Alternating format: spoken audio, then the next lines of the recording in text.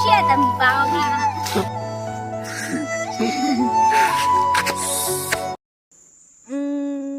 这是都这么海里诶。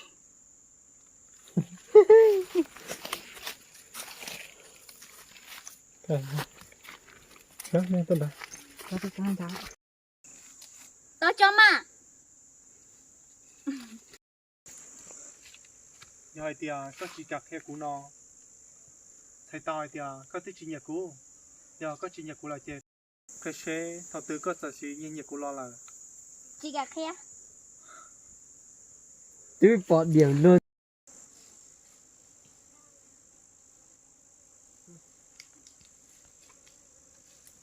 anh giữ lại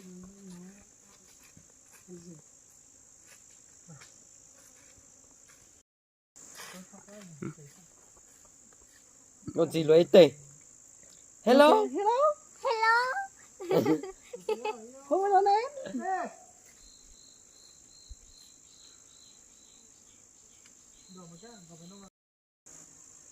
Đức báo là em họ dưới vào. sẽ mất số nông kia.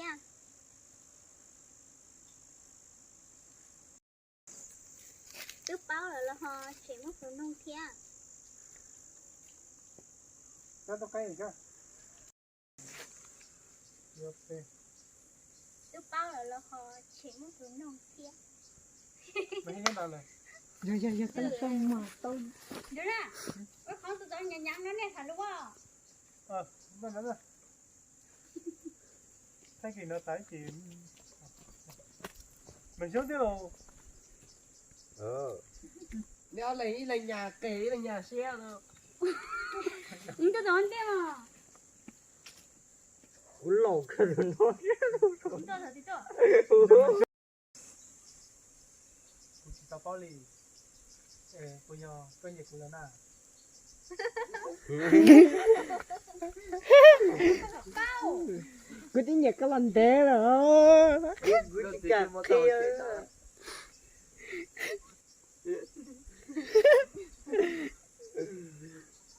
cứ tiếng nhạc cái lần phải chinh gió này mày giống như ủa chơi nhớ như vậy nè phải đau hơn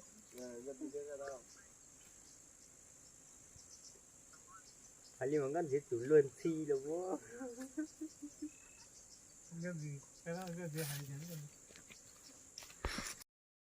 Cô nhật kia chỉ nhớ là cái báo ở lắm mà.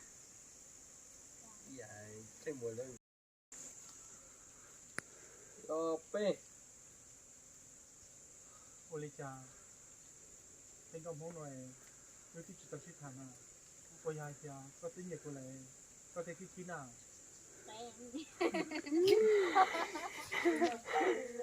do cơ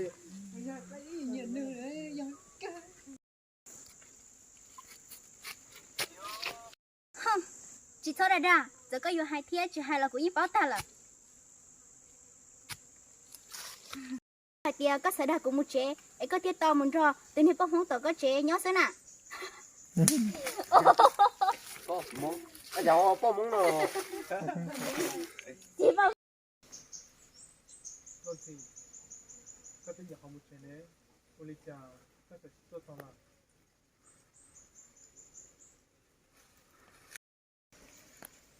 có gì có kênh chỉ là gì nào có tiếng nhật không một chuyện đấy Olicha có một tôi chơi mà có thể chỉ tôi tao này nó là giờ này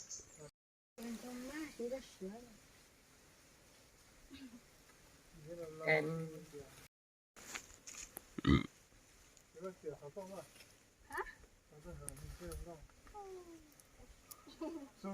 con lên chưa có gì Olicha có được hành ngon à tôi chờ vô lột xin lo ok ô bây giờ cái tụi chỉ đấy tụi nè chơi giỏi quá tụi chỉ tụi tướng quá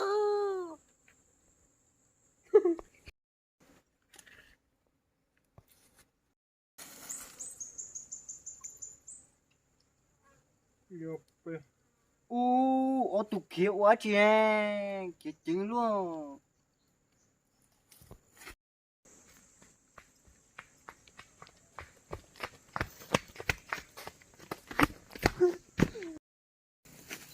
chưa tân này không còn nói tôi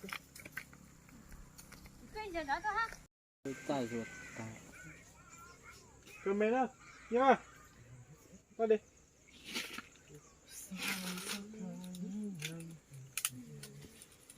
chỉ một thọ kê cá xa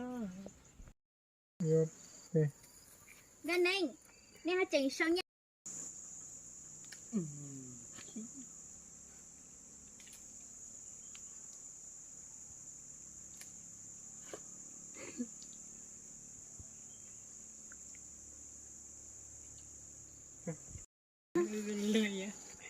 Yep.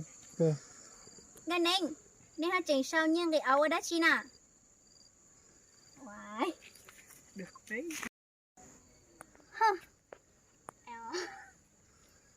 Như cái như chị nè Nhà chị. như cái ai như đó chị nào tao bỏ đi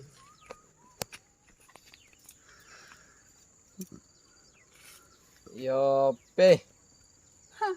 Nhưng cái áo như đó chi nọ, bây giờ cũng hay chỉ ta bao lì.